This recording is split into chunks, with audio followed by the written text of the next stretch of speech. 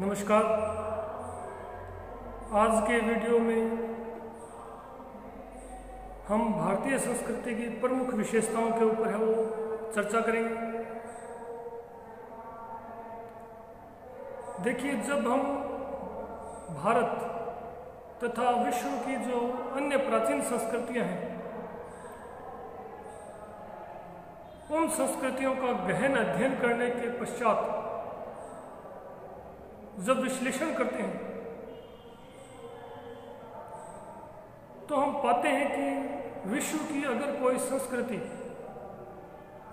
अमर कही जा सकती है तो वह निसंदेह ही भारतीय संस्कृति है, क्योंकि विश्व की अन्य संस्कृतियां जैसे मेसोपोटामिया की असीरियन, सुमेरियन, बेबीलोनियन, इसी प्रकार मिस्र, यूनान, क्रीट आदि की जो संस्कृतियां हैं वो समय के थपेड़ों के साथ जहां विनष्ट हो गई, वहीं भारतीय संस्कृति अपने उस प्राचीन स्वरूप को वर्तमान समय तक भी बनाए रखने में सफल रही। देखिए, विश्व की कुछ संस्कृतियां हैं वो भारतीय संस्कृति से भी अधिक प्राचीन रही हैं, यानी भारतीय संस्कृति से पहले की हैं, परंतु वो समय के साथ है वो कुछ 100 वर्षों तक ही चल पाई और समय के साथ ही वो नष्ट हो गई। वर्तमान समय तक यानी निरंतर वो एक लंबे समय तक अपना अस्तित्व है वो बचाकर नहीं रख पाई और कुछ समय पश्चात ही विनष्ट हो गई। लेकिन भारतीय संस्कृति अपने उस प्राचीन स्वरूप को वर्तमान समय तक है वो बचाए रखने में सफल रही है। इसी कारण भारतीय संस्कृति को निसंदेह ही अमर कहा जा सकता है। और भारतीय संस्कृति की इस विशेषता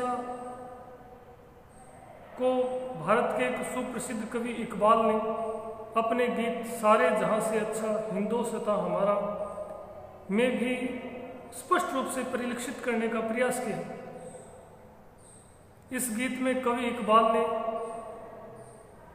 एक पंक्ति में लिखा है, यूनान ओ मिस्र ओ रोमा सब मिट गए जहां से, अब तक मगर है बाकी नामो निशा हमारा, कुछ बात है कि हस्ती मिटती नहीं हमारी। देखिए, कवि इकबाल की ये पंक्तियां भी भारतीय संस्कृति के उसी प्राचीन स्वरूप को यानी भारतीय संस्कृति की एक विशेषता प्राचीनता को है वो परिलक्षित कर रही है। प्राचीनता ही नहीं अपितु निरंतरता को भी। प्राचीनता का मतलब ये नहीं है कि वो संस्कृति कितनी प्राचीन या कितनी पुरानी थी, अपितु उस संस्कृति का लंबे समय तक निरंतर अस्तित्व में रहना ही उस संस्कृति को प्राचीन बनाता है। भारतीय संस्कृति का सहिष्णुतापरक, समन्वयात्मक प्रवृत्ति, सर्वांगीणता, विशालता और उदारता की जो प्रवृत्ति है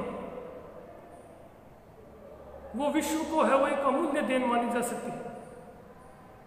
ये सभी की सभी भारतीय संस्कृति की विशेषताएं हैं। शांति, एकता और विश्व बंधुत्व जो है वो भारत के विश्व के अन्य देशों को एक अमूल्य देन है, जो न केवल भारत बल्कि विश्व के है वो अनेक देशों की विदेश नीति का जो विश्व के जो अनेक देश हैं उनकी विदेश नीति इन्हीं भारतीय आदर्शों और मूल्यों पर टिकी हुई है।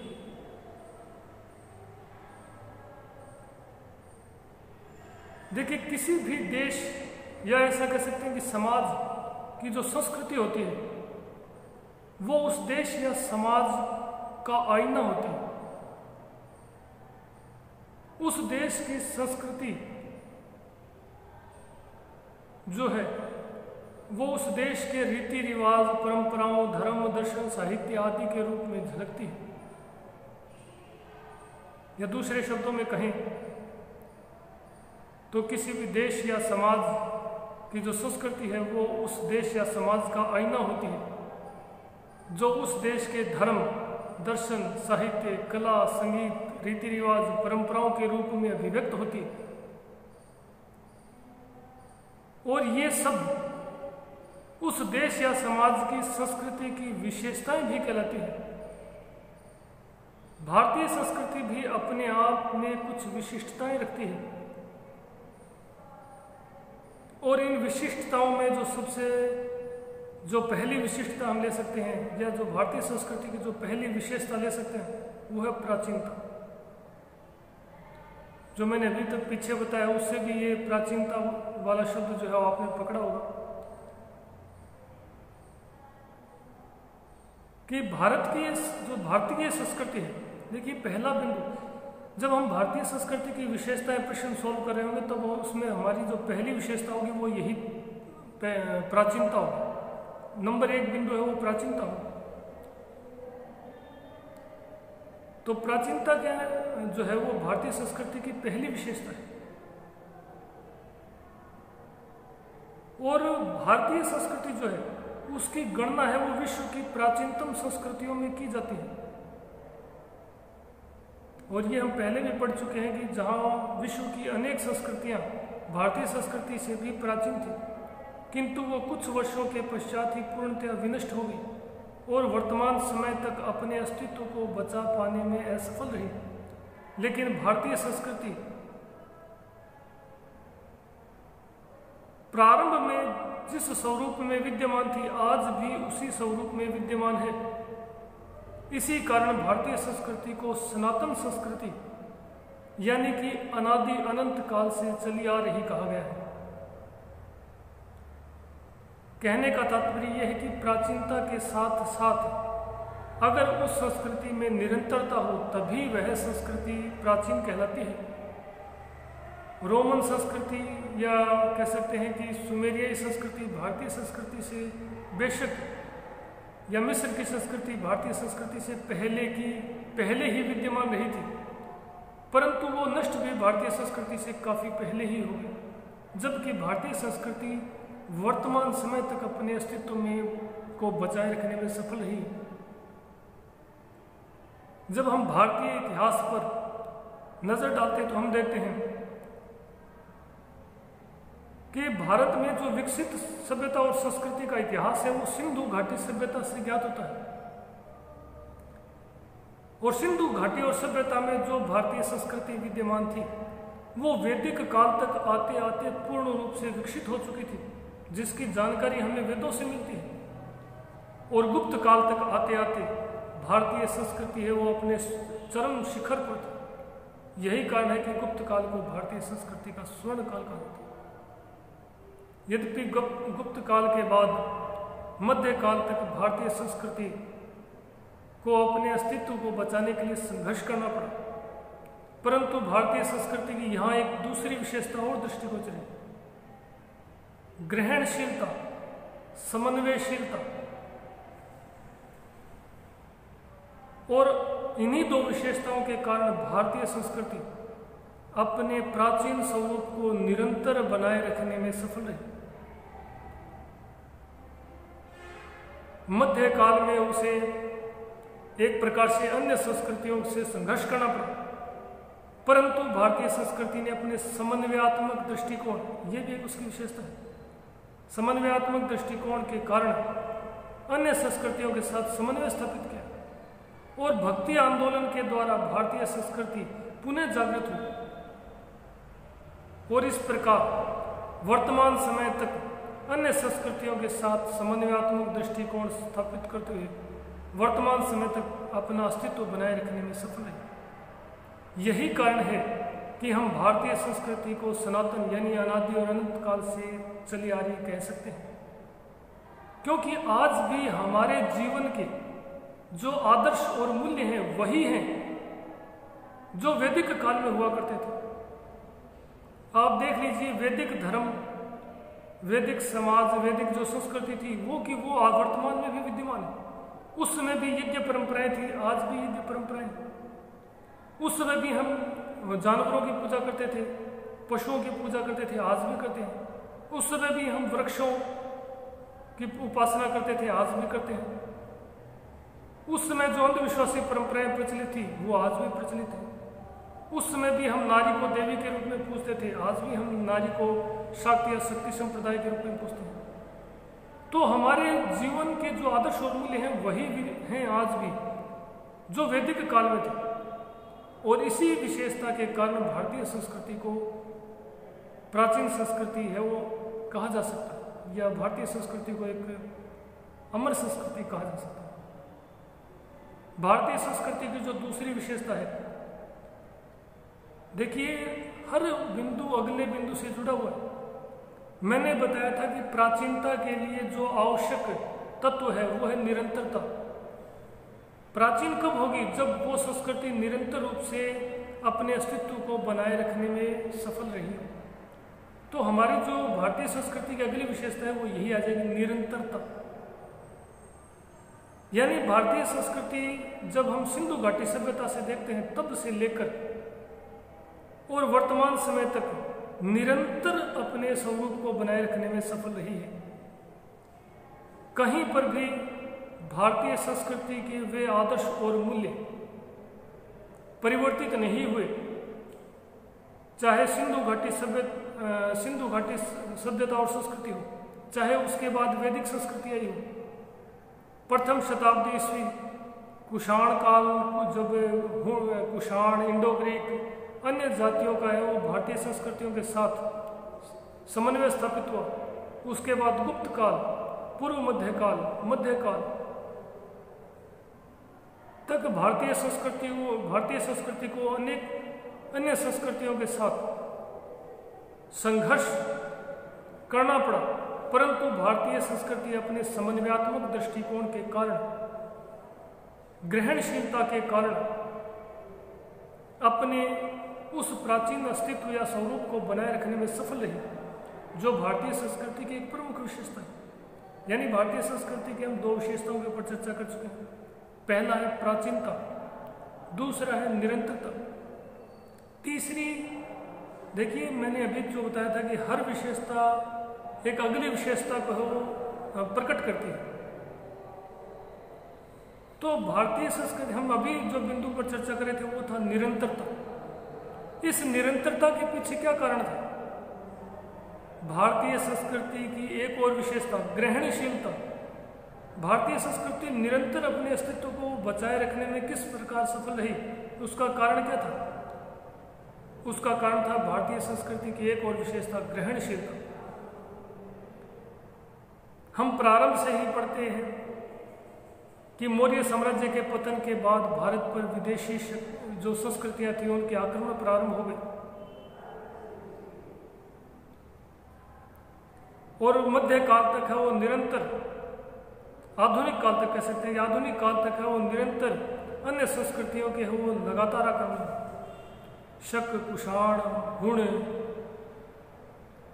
तुर्क, अरब तुर्क, मुगल, मंगोल, अंग्रेज, अनेक संस्कृतियां हैं वो भारत में है।